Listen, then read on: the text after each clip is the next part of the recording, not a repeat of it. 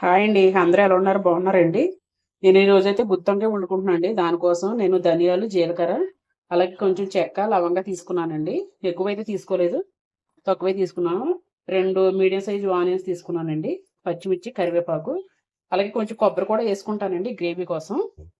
ఇవన్నీ మిక్సీ పట్టేసుకుందామండి. ఇందులో అల్లం వెల్లుల్లి కూడా వేసుకోవాలి. అది మిస్ అయినట్టుంది. మీరు అల్లం వెల్లుల్లి కూడా వేసుకుని మిక్సీ పట్టుకోండి. ఇదంతా మిక్స్ అయిన తర్వాత కూర పొయ్యి మీద వేసేటప్పుడు చూపిస్తాను నేను. ఇదిగోండి ఉల్లిపాయలు, కొబ్బరి, అలాగే జీలకర్ర, ధనియాలు, లవంగం, చెక్క వేసుకున్నానండి. అల్లం వెల్లుల్లి అంతా మిక్సీ పట్టేసుకున్నాను. ఇప్పుడు ఇందులో మనం అయితే పసుపు వేసుకున్నామండి. నేను వేరే గిన్నెలో వేసుకున్నాను. డైరెక్ట్గా ఇందులోనే కలిపేసుకొని వంకాయలో పెట్టేసుకుంటానండి. ఎక్కువ గిన్నెలో అవి వేస్ట్ చేసుకోను నేను. అలా చేసుకుంటే సామాన్లు చాలా ఎక్కువైపోతాయి. తక్కువే వేసానండి కారం. ఎందుకంటే నేను వంకాయలు ఎంతో లేవు, పావు కిలో తీసుకున్నాను. అందులో కూడా కొన్ని పోనియి. తక్కువగానే ఉంది కాబట్టి తక్కువ చేసుకుంటున్నాను. చిన్న స్పూనే అండి. అందుకే నేను 2 స్పూన్లు వేసుకున్నాను కారం. ఇది బాగా కలిపేసుకున్నప్పుడు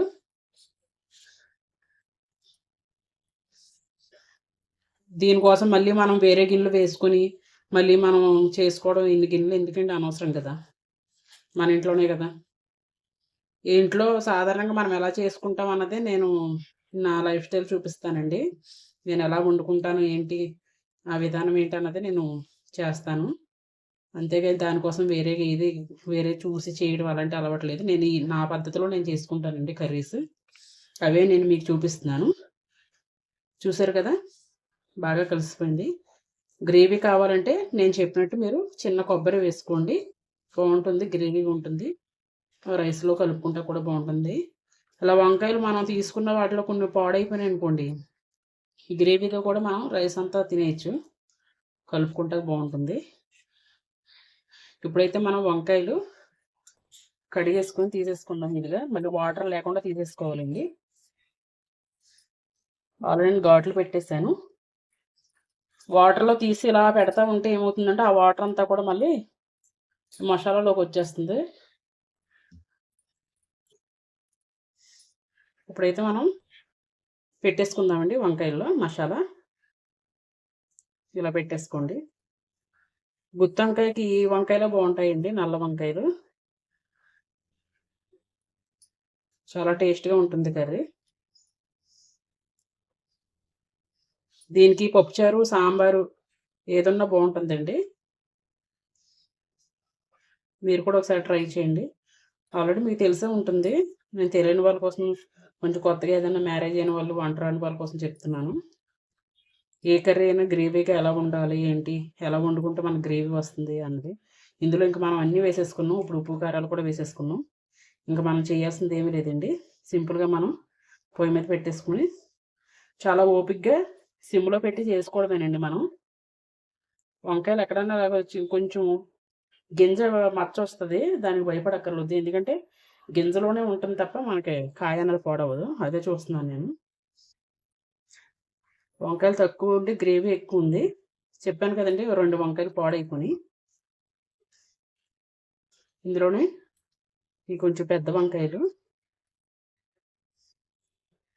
వీటికి కొంచెం మసాలా ఎక్కువే పడుతుంది.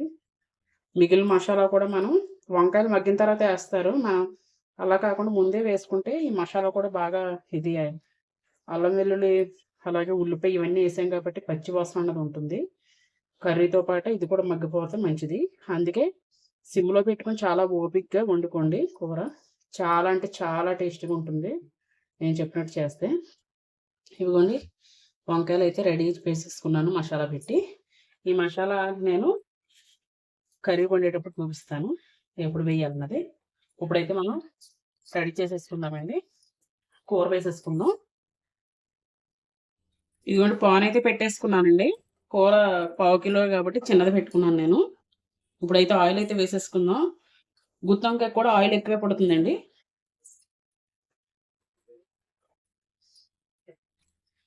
ఇది మనకి చపాతీలో, రోటీలో, రైస్‌లో అన్నిటిలో కూడా బావుంటుంది. ఆ రకంగా చేసుకుంటే గ్రేవీగా చేసుకుంటే అన్నిటిలో కూడా బావుంటుందండి. మా వారైతే చాలా ఇష్టంగా తింటారు. సాంబార్లో కానీ పప్పుచారు ఉన్న ఏదైనా కాంబినేషన్ చాలా బాగుంటుందని. కొంచెం ఆయిల్ అయితే వేడెక్కాలండి. ఈ మాత్రం ఆయిల్ అయితే ఉండాలి. ఆయిల్ అయితే బాగా వేడెక్కిందండి. ఇప్పుడైతే వంకాయలు వేసేసుకుందాం. సిమ్లో పెట్టి వేసుకోండి.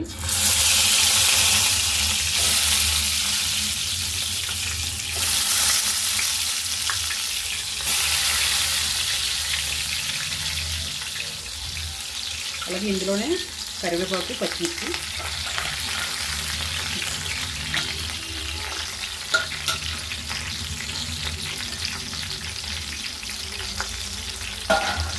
గ్రేవీ కూడా మిగిలిన ఇందులో వేసేసుకున్నామండి. వీటితో పాటు మగ్గిపోతుంది. ఎందుకంటే ఇందులో కూడా పచ్చివాసన అన్నది ఉంటుంది కదా, అది కూడా మగ్గిపోవాలి. అందుకే సిమ్లోనే పెట్టుకోండి. మిక్సీ పట్టాం కాబట్టి మాడిపోతాయి మసాలాలు. మనం సిమ్లో పెట్టి కలుపుకుంటూ ఉంటే కనుక కూర చాలా టేస్ట్గా వస్తుందండి. నేనైతే ఈ పద్ధతిలో చేసుకుంటాను.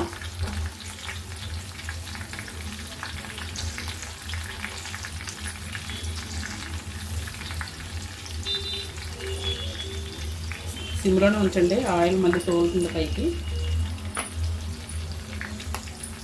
ఇప్పుడైతే బాగా కలిపేసుకుందాం. ఒకసారి కలిపేసుకున్నామండి.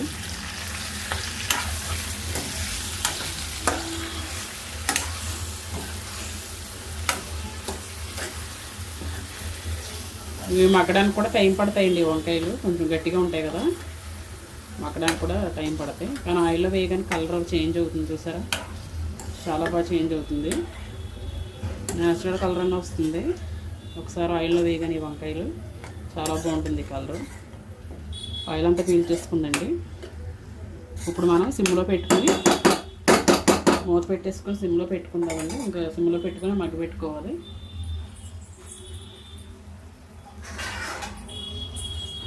మధ్య మధ్యలో చూసుకుంటూ ఉందామండి. ఒకసారి కలుపుకుందామండి. ఎందుకంటే మనం మిక్సీ పట్టుకున్నాం కదా, వెంటనే చూసుకోకపోతే కింద అడుగు పట్టేస్తుంది, మాడిపోతుంది. చూసారా ఎంత ఆయిల్ పీల్చేస్తుందో? ఇలా కొంచెం ఇలాగా గట్టిగా ఉన్నప్పుడు బాగా కలుపుకోవచ్చండి. కొంచెం మెత్తబడిన తర్వాత కలపలేము వంకాయలు.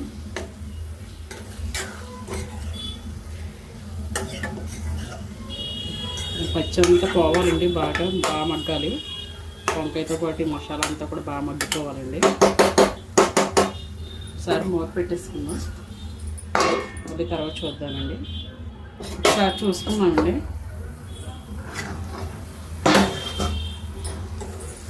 బాగా కలిపేసుకున్నాం. బాగా మగ్గిపోవాలండి వంకాయలు. అడుగడితే ఇలా కింద నుండి కలుపుకోండి, లేదంటే ఎలా ఉండిపోతే మాడిపోతాయి. చూసారా వంకాయలనే కొంచెం బాగా మగ్గినాయి, ఇంకా మగ్గాలండి. ఇందులో వాటర్ కంటెంట్ అనేది బాగా ఆవిరైపోవాలి. అప్పుడు మనం వాటర్ వేసుకుంటే బాగా ఉడుకుతుంది. ఇంకొకసారి మూత పెట్టుకుని ఒక 5 నిమిషాల తర్వాత వాటర్ వేసేస్తాము.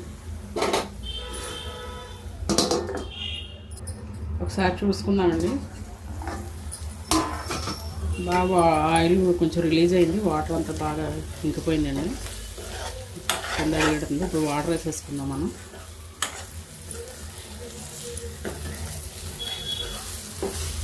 సరే బాగా కలిపేసుకోండి. వాటర్ వేసేసుకుంటే ఉన్న వంకాయలు కూడా వాటర్లో బాగానే ఉడికిపోతాయి. ఇలా అంటే కొంచెం మెత్తబడిని, చూసారా?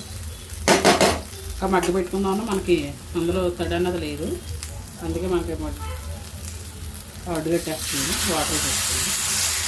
ఇందాక నేను మిక్సీ పట్టుకున్నాను కదండి, అందులో ఉప్పు కారాలు అన్నీ కలుపుకున్నాను కాబట్టి అందులోనే వాటర్ వేసుకుని నేను వేసుకున్నాను. వంకాయ ములిగే వరకు వేసుకోండి, ఎందుకంటే వంకాయ ఉడకాలి కదా వాటర్లో. కొంచెం వాటర్ పడుతుంది.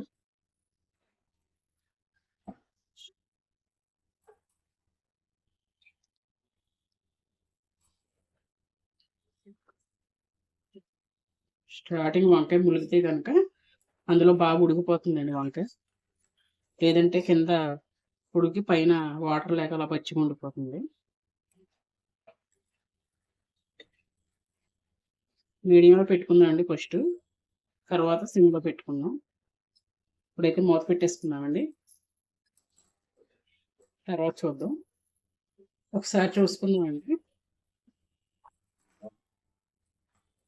ఒకసారి కలుపుకుందాం.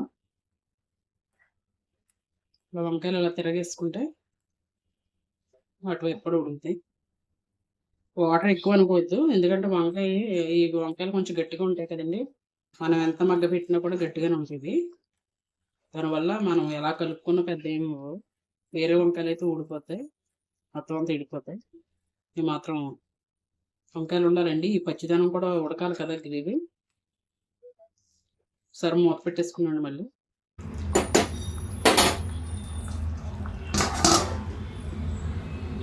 ఒకసారి చూసుకున్నామండి. కింద నుండి కలుపుకోండి. చూసారా, కొంచెం దగ్గరికి అయ్యింది. ఇప్పుడు వంకాయ అన్నది బాగా మెత్తబడింది, ఆయిల్ అంతా పైకి తేలింది. మనం రైస్లోకి కావాలంటే ఇలా కట్టేసుకోవచ్చండి. ఇదంతా గ్రేవీనే, ఎందుకంటే తర్వాత ఇది మొత్తం గట్టిపడిపోతుంది.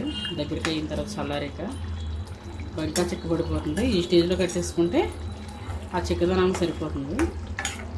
మనం ఇంకా దగ్గరికి అయిన తర్వాత కట్టుకుంటే కనుక అది ఇంకా గట్టిగా అయిపోతుంది. ఇలా కలుపుకుంటే సరిపోతుంది రైస్లోకి. చల్లారకం కొంచెం దగ్గర పడుతుంది మనకి. ఈ స్టేజ్లో ఉప్పు అయి చూసుకోండి మీరు. నేను ఒకేసారి వేసేసుకుంటాను కదా, ఇంక చూడను. వంకాయ కూడా చూడండి, ఇందాక మీద ఇప్పుడు బాగా సాఫ్ట్ అయింది. ఇలా ట్రై చేయండి మీరు కూడా. చపాతీలోకి, రైస్లోకి, రోటీలోకి చాలా అంటే చాలా టేస్టీగా ఉంటుంది. ఓకేనండి, నా వీడియో కనుక మీకు నచ్చినట్లయితే నా ఛానల్ లైక్ చేయండి, షేర్ చేయండి, కామెంట్ చేయండి, బెల్ కూడా నొక్కండి. సబ్స్క్రైబ్ చేసుకోవడం మర్చిపోద్దండి. మరొక మంచి వీడియోతో మళ్ళీ కలుద్దాం. అందరికీ బాయ్ అండి.